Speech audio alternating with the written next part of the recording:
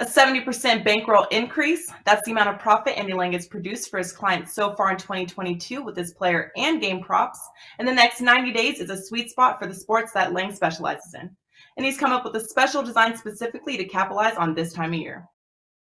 Over the next 90 days, Lang will have selections in the NBA, MLB, and NHL, as well as a run of big golf tournaments, including 2 majors, 12 NASCAR races, 7 Formula One races, and multiple tennis tournaments, including 2 majors, as well as soccer and darts. Yes, darts. A 90-day all-access props pass is priced at $4.99, but right now you can lock in all of Andy's props for only $1.99, the cost of a 30-day props pass. This deep discount comes to just $2.21 per day to get all the props Andy Lang releases across all sports.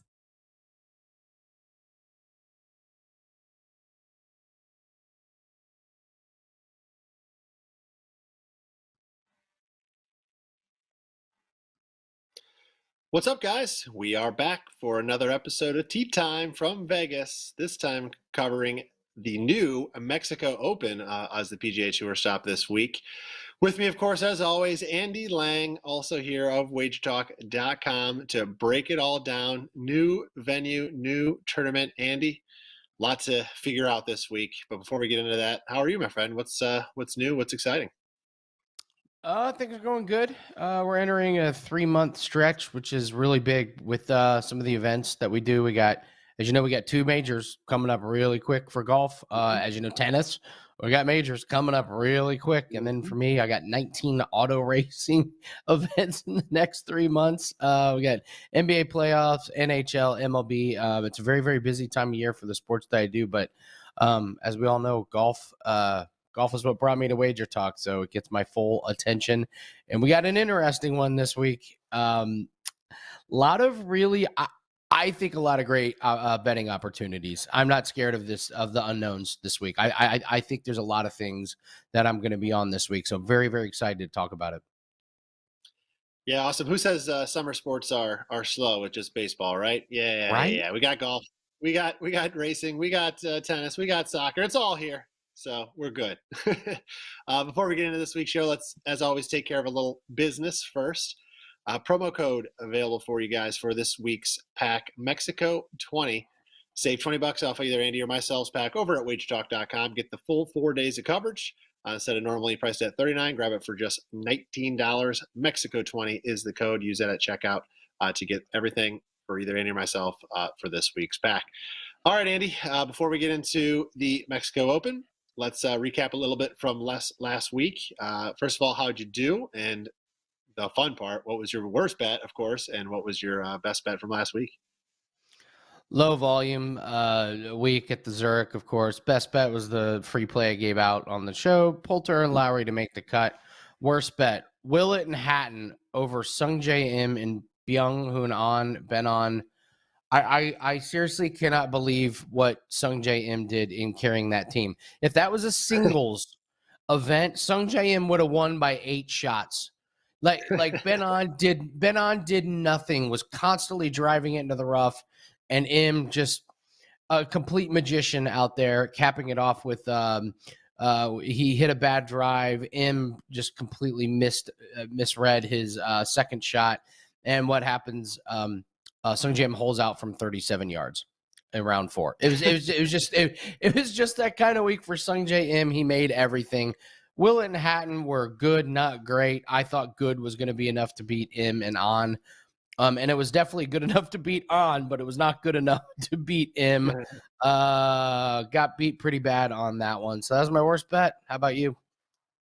Yeah, Willett and Hatton did not play well on that final day. They were in the spot to cash. I had them against Zalatoris and Riley, and they faltered there on that last day. That was our bet we figured out during the show last week, but it didn't work out. What can you do? Best bet, I also, as I said, I would give you credit. I stole your make the cut play on Poulter and Lowry. That was about as easy as you can get. I also did take Homa and who the hell was his partner? I'm drawing a blank. Homa Gooch? And somebody. Yes, Gooch. Thank you. Yep, it was Gooch to make the cut. They didn't actually play that well in the first day, but they played better in the alternate shot and then made the cut pretty comfortably. So 2 good bets there. I was so close again on the outright. Sam Burns Billy Horschel finishing second, gave that out on the show. I mean, honestly, it was Cantlay's and Schauffele's to lose after their opening 59. Nobody really put pressure on them, but they got within 2 shots there late on Sunday, and there was a chance. So back-to-back weeks, we were so close. So hopefully we can pull through this week in Mexico. So let's get into this week's show. Obviously it's a new event, so we don't have a lot of history on the course, and it's about as top-heavy of an event as I can remember in a long time. In fact, it reminds me of Tiger Woods-esque type of odds here with Jon Rahm leading the way. I mean, he's at plus 450 at FanDuel, plus 350 at DraftKings, which is just stupid for an outright play. But as always, we'll take a look at the top 10 here on the strokes gained over the last 6 months coming in. Of course, he's right there on the top of the list by quite a large margin. So I guess understandable in the odds. I mean, there's no way I'm going to touch him in any capacity this week just because of his number. I don't think he's going to play poorly. He probably does win this damn thing, but it's hard to bet that on an outright market at least. Then, of course, you got a bunch of the names, the biggest names in golf you'd expect lining up the leaderboard here behind him. Sebastian Munoz actually second on this list at plus 1.13. Gary Woodland has actually been playing pretty solid over the last 3 months. This is over the last 6 months, but he's playing even better than this graphic indicates recently. Answer, who, of course, has the pressure here playing at home. Tringale, Knox, Howell, Hubbard, Kirk, and Wise round out the top 10. So you can see the drop-off from Jon Rahm, plus over 2 strokes gained per round down to Aaron Wise at plus 0.63. So pretty significant drop-off from there. I guess that's the reason we're seeing the odds. So let's get into breaking down this event a little bit. Andy, the course, the fields, it's a new track. I'm not going to pretend to have a lot of information on it myself, but what should the viewers, listeners know? Any trends, anything on the field, or any little details in the course you're able to find out that could be handy this week in making your golf bets? Yeah, I narrowed down the search field to 3 months on some of these stats. And you talked about Rahm. I'm not playing him to win. He's minus 0.18 putting. I think this could be a putting. This could be a putting fest, the kind of tournament that Jon Rahm hates. Wide open fairways, comes and you mentioned Gary Woodland last 3 months plus 0.29 putting. That's always Woodland's Achilles heel. So looking at guys up near the top, and just in the last 3 months, it's hard to believe that Gary Woodland is putting better than Jon Rahm at this point right now. I got to say, Nick, long shot. I sent a message out on Twitter. I don't know if you saw it. I said, is there any chance that anybody has played this course? And lo and behold, we found someone, Nick. Shout out to Tom. He's on Twitter. He found a guy, James Mazzola, who has played this 4 times in the last year and a half. And here is what he said. It is a massive, gorgeous resort. The greens are huge and flat, but not overly difficult to putt. They weren't very fast when I played it. A couple bunkers around the greens, but nothing wild or difficult.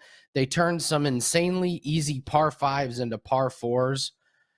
He says, I hit driver 9-iron and driver 7-iron into them from as far back as they would let me go downwind. It will play a little more difficult than what guests play, but nothing wild. I went to the website and looked at it. First off, it's gorgeous.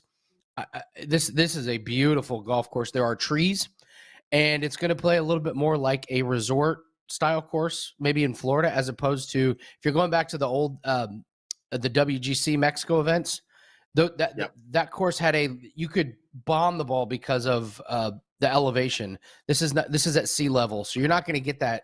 You're not going to get 400-yard drives or anything like that. So I think you'd be missing out if you try to compare this course with the other Mexico events. That nothing in my handicapping with the other ones. So that is what I've been able to find out. And shout out to James and Tom for responding. Very, very good information. Yeah, nice. Always good to have somebody that's been on the course and can give a little insight to it. Of course, they're always going to set it up, differently for a PGA Tour event versus hackers like ourselves out there. But it is long, from what I'm reading. It can play up to a little over 7,400 yards, which is still pretty lengthy, even by PGA Tour standards. So, you got to think that length is going to be at least an advantage this week. Surely not the sole factor. Everything I'm reading is that it could be set up rather difficult, but because it's not a big name event and they want this to become an event where they can draw some names in future years, the last thing they're going to do is set up real difficult and kind of discourage people from playing. So it'll probably be a pretty low scoring, like you mentioned, maybe a putting type of exhibition. Maybe it'll be pushing 20 under by the time it's all said and done. I don't know, but it is a little bit longer. I'm looking at some players, I won't name any specific players, but the stat that I kind of honing in on this type of a distance course is your better mid to long iron type of player. So you can go to PGAtour.com. I mean, the stats they have on there are just ridiculous. And you can search, you can break down by 25-yard increments who are the better long iron players. Like, for example, from 175 to 200 yards in, Russell Knox is number 2 on the PGA Tour this year. Tony Finau, number 3. So does that mean they're going to win? Of course not. But that kind of data could be useful in determining maybe a matchup for you this week, or even just deciding between two players on, a leaderboard bet or an outright bet. Look for the guys that are going to be better on the mid to long irons, because you're definitely going to be hitting quite a few of those around this course. It's not going to be driver and wedges or 9 irons here, because it's long, and like you said, it is at sea level, so you're not getting ridiculous length off the tee. Normal event, 144 people in the world. Outside of world number 2, Jon Rahm, next best player in the field, homegrown number 20, Abraham Ancer, along with number 25, Tony Finau, as the only 3 in the top 25 teeing up this week. So let's get into some of our names we're going to be looking at. I'll kind of start this off. My betting strategy this week is rather simple. I feel like Bart Simpson writing on the chalkboard. Don't bet Jon Rahm. Don't bet Jon Rahm. Don't bet Jon Rahm. Full disclosure, that strategy has nothing to do with the fact that I think he will play poorly, but rather only because his price on the outright market is completely unbettable. I haven't looked at it. It's insane. You're stupid. I haven't looked at it at the matchup prices yet, but I gotta imagine they're pretty. They're terrible. They're minus 280. Yeah. They're minus 280. Well, there you go. So I will probably be avoiding him there. The name we already mentioned once in the show, where I'll start my outright plays this week, is U.S. Open champion. There are 4 of them in this field, major champions. Gary Woodland. And I'm going to say first and foremost, Woodland is not a name I've bet on in well over a year, but this feels like a time to take a chance. He's since his 2018-19 season, which he had 8 top 10s, he won the U.S. Open. He's been just really hampered with injuries, and perhaps those finally seem to be behind him as he looks healthy over those last 3 months. I'm glad you brought up the fact that you narrowed your focus down to the last 3 months, because that's where Woodland has shined. Over his last 6 starts, he does have 2 miscuts. Those came at the Masters and at the Players. Obviously, 2 very tough tracks, very, very deep fields. But his other 4 starts were a tie for 5th, tie for 5th, tie for 21st, and tie for 8th. Very, very solid and consistent there in some of the easier tournaments. He ranks number 3 in total strokes gained over the last 6 months in this field, plus 0.81. But over the last 3 months, that number jumps up to plus 1.23. And over his last 6 starts, which is a shorter span than 3 months, it's plus 1.44. During that same time frame, Jon Rahm is at plus 1.59. So, I mean, very, very close, and obviously a much better number there. Woodland ranks number 27. This is a wild stat I had to do some digging for. He ranks, well, this first one is 27th in strokes gained approach, but he ranks number 1 on tour in going for the green success. So I guess that's hitting the green in 2 on a par 5, which, all right, maybe that gives him a little advantage on some of these longer par 5s this week, as we know his length will be able to get up there, and his length overall should help him this week. So Gary Woodland, I haven't said his name in probably a year and a half, but we're going to give him a shot this week. Andy, let's take it back to you. Who are some guys that can trip you up this week? I always love to hear who you're avoiding, because I tend to do the same. I'm going to start with the guy you just mentioned, Tony Finau. It's such a wide open course. I think most people are going to be able to swing for the fences because it's just the fairways are so big. There's really no penalty unless you really, really spray one and get in the tree. So he's going to be able to drive the ball long, but I think this comes down to putting, and he's minus 0.45 putting the last 3 months. Classic Tony Finau, just cannot putt. Tournament could be shaping up to be a putting contest. I don't He's overpriced. I don't want him. Second highest favorite this week, and he's really expensive on DraftKings and daily fantasy. He's going to trip a lot of people up just because he's a big name, and I think people are going to, oh, Tony, he's going to be able to drive the ball a mile. Another guy who's going to drive the ball a mile, just doesn't know where it's going to land, is Cameron Champ. I was stunned to see that Cameron Champ is like the darling this week. And this is what it is, Nick. Everyone's going to see the 10th place finish at the Masters, and they're going to be excited about him. He always plays good at the Masters. What is this thing with Cameron Champ and being good at Augusta? It makes no sense. That course shouldn't be good for him. So besides the Masters, he's played 7 other tournaments, and he has no top 45 finishes, 4 missed cuts, and he is 170th in putting the last this year. That's not good. So that is not good. The Cameron Champ at Augusta is an insane anomaly in golf. It doesn't make any sense why he can't play any other course except Augusta. So, and last, just the overpriced here, Chris Kirk, 9,600 on DraftKings, 33-1 to win. This is a guy who's missed a cut in 2 out of his last 3 tournaments, and he's 130th in putting. He's not going to be in any of my lineups. He's not going to be in my seasonal or daily lineups. So I got Finau, Champ, and Kirk as 3 overpriced guys that those are going to trip a lot of people up this week. Listen, I don't envy the job as odds makers this week. It's got to be rather difficult to set the prices on some of these guys because besides Rahm, you got to pick somebody else, out of those 143 other players that are, the supposed other favorites in the field. And this is who we're talking about right now. So Finau, to back you up, 12 official PGA Tour events this season, 1 top 25. So yeah, he's definitely a good player. It's his year from hell. It's just his disaster year. It really is. I've made a lot of money going against him, so I am 100% on board with you on that one. I'll jump into another bet. I'm going to go towards a leaderboard bet. This one is a top 10 or a top 20, whichever way you feel like playing it. I'll probably sprinkle a little bit on both. And that's Russell Knox. I mentioned him earlier in the show as a very good longer iron player.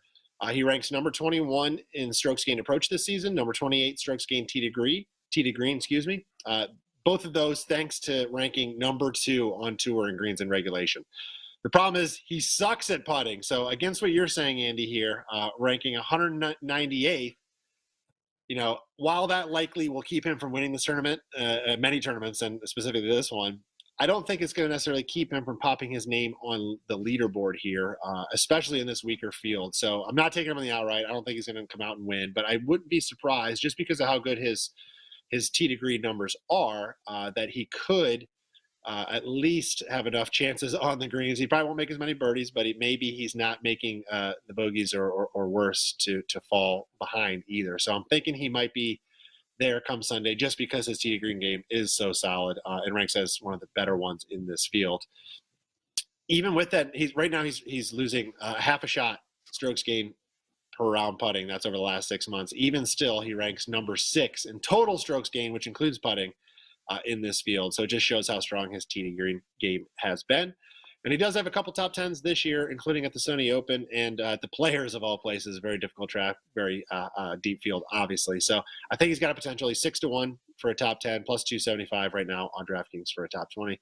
Worth a few bucks in my mind. Again, just trying to pick some names out, and he was one that stuck out mostly because of his mid to long iron game. So Russell Knox, I will circle this week. Andy, DraftKings darlings, I love this segment you always do every week. Who are you circling? Who are the ones that are cheaply priced that you're going to round out your best 6? This whole field could be considered a DraftKings darling, So when you're looking at lower price guys in this type of a field, it gets a little bit difficult. Don't be embarrassed if you haven't heard of a couple of these guys.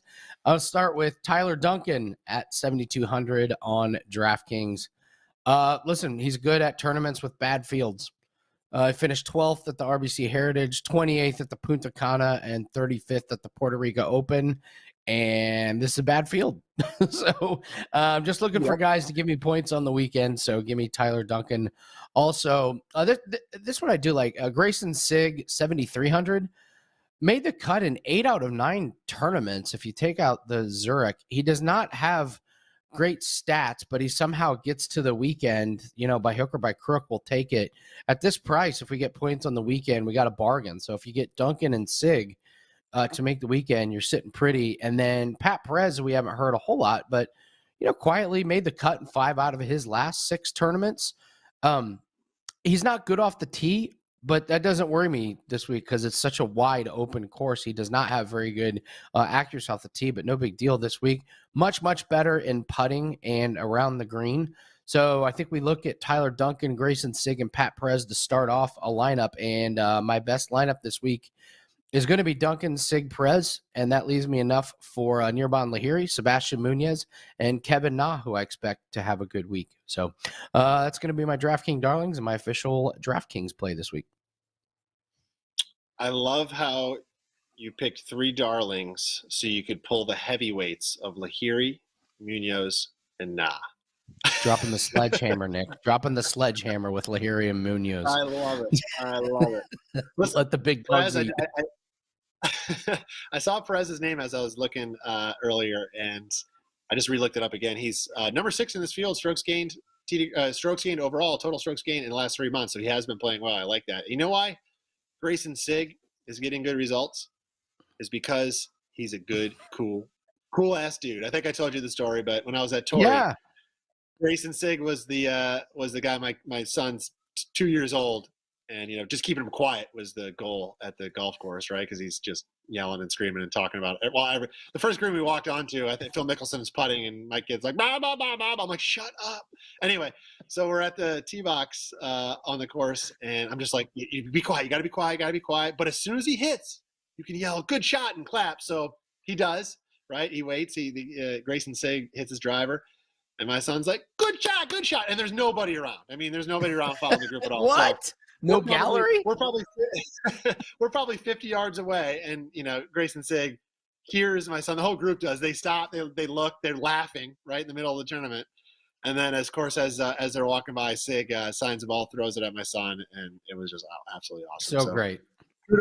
Kudos to you, Grayson Sig. I love you. I hope you kick some ass this week. So definitely good data there from you, Andy. Appreciate that. I will go. Let's get into our best bet segment. I'm going to bet on a name you mentioned that is one of your guys you're not so high on this week. And it doesn't mean I think he's going to have – I don't think he's going to have a good week, all right? I think he's just going to beat Carlos Ortiz, and that is Cameron Champ. Right now he's minus 110, all right? Again, like Woodland, not a name that I've wagered on all year, but he appears possibly, okay, let me hear me out. He did have a wrist injury hampering him for a while, okay? It's possible that is behind him from what I'm hearing. Yes, he had the tie for 10th at the Masters, and yes, he does play there well there usually. He ranked tied for second in greens at regulation, but, I mean, his distance is ridiculous. He's number 1 on tour, averaged over 320 yards off the tee. So perhaps he's one guy that has a few less longer mid to long irons than anybody else. But he does rank 13th in greens in regulation from 175 yards and number 24 from 200 yards. So, even though he's got that length, he still will have those shots, and he is actually pretty solid at hitting the greens at those numbers. So Ortiz, the reason I'm fading him here is, being the homegrown player, obviously there's going to be a lot of pressure on him and Abraham Answer for that matter to perform well. The problem is that he has not been playing well at all. He comes in on the heels of 4 straight missed cuts, and he hasn't broken 70 in any round since February. So it's hard for me to get excited about Carlos Ortiz. I feel like he might just be a quick, trunk slammer come Friday. Cameron Champ might be too, but I'm thinking he might be just a little better than Ortiz, possibly over just 2 days, which still wins, even if he beats them and they both miss a cut, or over 4 days. So again, Cameron Champ, not a name I'm taking on any sort of outright or leaderboard, but this particular matchup, I just didn't like Carlos Ortiz so much. I was like, Champ can beat this guy. He could finish 143rd, Cameron Champ, but we might still win this bet. So Cameron Champ minus 110 over Carlos Ortiz is my best bet. Andy, best bet of the week. What do you got? Well, a couple things. I'll tell you my Cameron Champ story. We were at the U.S. Open a few years ago, and we had a daily matchup, Jason Kokrak over Cameron Champ, and they were in the same group, so we were following them. And, you're trying to be cordial and, not cheer when Cameron Champ sprays one into the woods, or you know, you're trying to be a little bit professional there. And we noticed there were these women that were following this group. It's a U.S. Open, so you know, nobody's following Champ and Kokrak. And so we ended up next to these ladies, and I asked them, like, hey, what brings you out? Why are you following this group? And it was Cameron Champ's mom and sister. And they could not have been nicer. And we walked with them for like 3 holes, chit-chatting, and just we couldn't bring ourselves to tell them we were all in against her son and brother. So, took pictures with them. They were so nice, and we cashed the bet. That's what was important. Nick, I also got to tell you, your Cameron Champ over Ortiz.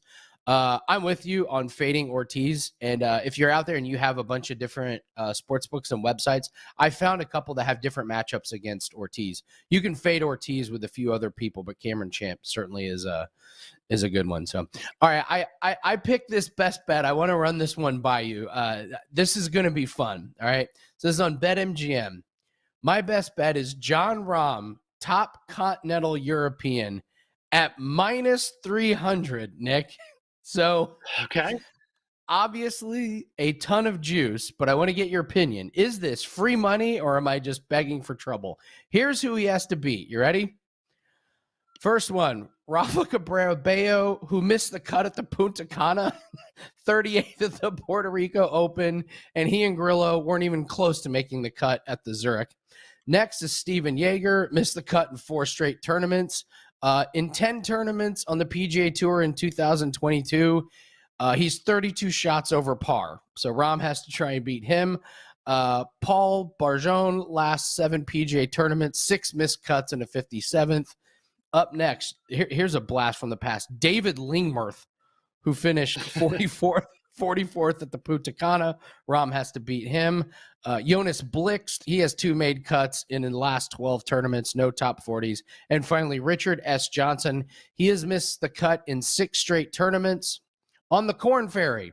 So Jon Rahm needs to beat RCB, Jaeger, Barjon, Lingmerth, Blixt, and Richard S. Johnson at -300. Is this free money or begging for trouble? Obviously, it's always scary to lay that kind of number. But basically, the thing is, will he beat them, right, 3 out of 4 times? Because that's what you need to be able to at least break even in this. And I would say, yeah, I think so. Yeah.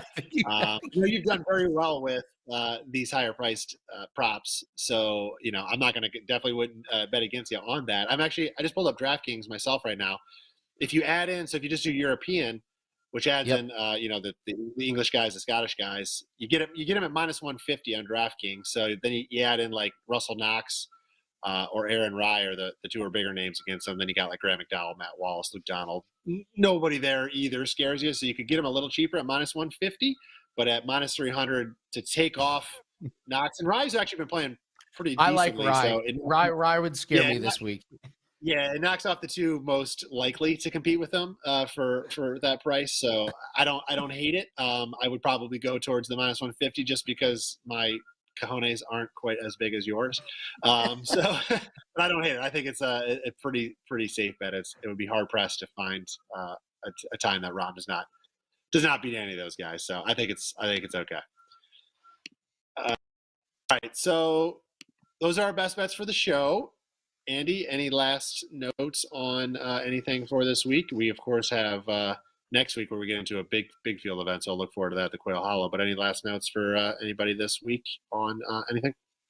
Yeah, get ready. Starting next week, like you mentioned, it's going to be it's game on until the end of golf season. We got majors. We have star-studded fields. I don't see very many tournaments that are going to be like this one. There's probably going to be 1 or 2. Maybe after the majors or anything, but this is a cramped golf schedule. So, whatever you're doing with your bankroll, make sure you allocate appropriately and get ready, because I tend to have more bets on majors. I'm assuming you do as well. And the more big names that we get in these tournaments, the more opportunities we're going to have, the more the books are paying attention, the more props and the more bets they're going to have. So very, very exciting from here on out. This is probably the best part of the golf season to be wagering on. So we'll get through this week. We'll cash a lot, and then we'll look forward to the big time tournaments. Yep. Agree. No need to make force any bets just because there's the golf tournament on. I'll definitely have a few, but I'll keep it light like I did last week. And next week, Quail Hollow will be a pretty deep field. New course. It's not. I say Quail Hollow because that's where it's normally played. They're not playing there this year. They will be playing in Maryland's TPC Potomac.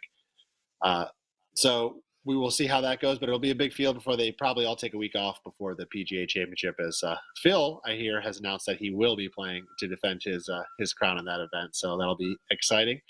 As always, let's end the show here. Clean up little business. Mexico 20 is the promo code for this week's show. Take $20 off either Andy or myself's tournament package for this week, and you can find that over at WagerTalk.com. On behalf of Andy Lang and myself, thanks for tuning in for another episode of Tea Time from Vegas. We will see you guys next week. And as always, good luck with your bets. All we can say is wow. We ran an NBA playoff special in which the first 99 packages sold were discounted down to $149. And pardon the pun, they sold like hotcakes. Well, NHL fans, do not fret, as we are not only matching that offer, but we are actually making it better. Starting Monday, April 25th, the first 99 packages sold using the code PUCK149 will not only get the entire NHL playoffs for only $149, but they will also get the rest of the regular season for free. That means that you can get over 2 months of NHL through the Stanley Cup Finals for under $19 per week. That's paying less than one single play package regularly priced at $25.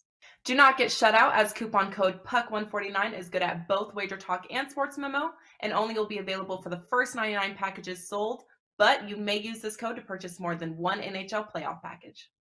A 70% bankroll increase, that's the amount of profit Andy Lang has produced for his clients so far in 2022 with his player and game props. And the next 90 days is a sweet spot for the sports that Lang specializes in. And he's come up with a special design specifically to capitalize on this time of year. Over the next 90 days, Lang will have selections in the NBA, MLB, and NHL, as well as a run of big golf tournaments, including 2 majors, 12 NASCAR races, 7 Formula One races, and multiple tennis tournaments, including 2 majors, as well as soccer and darts. Yes, darts.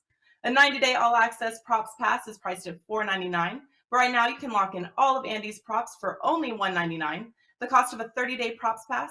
This deep discount comes to just $2.21 per day to get all the props Andy Lang releases across all sports.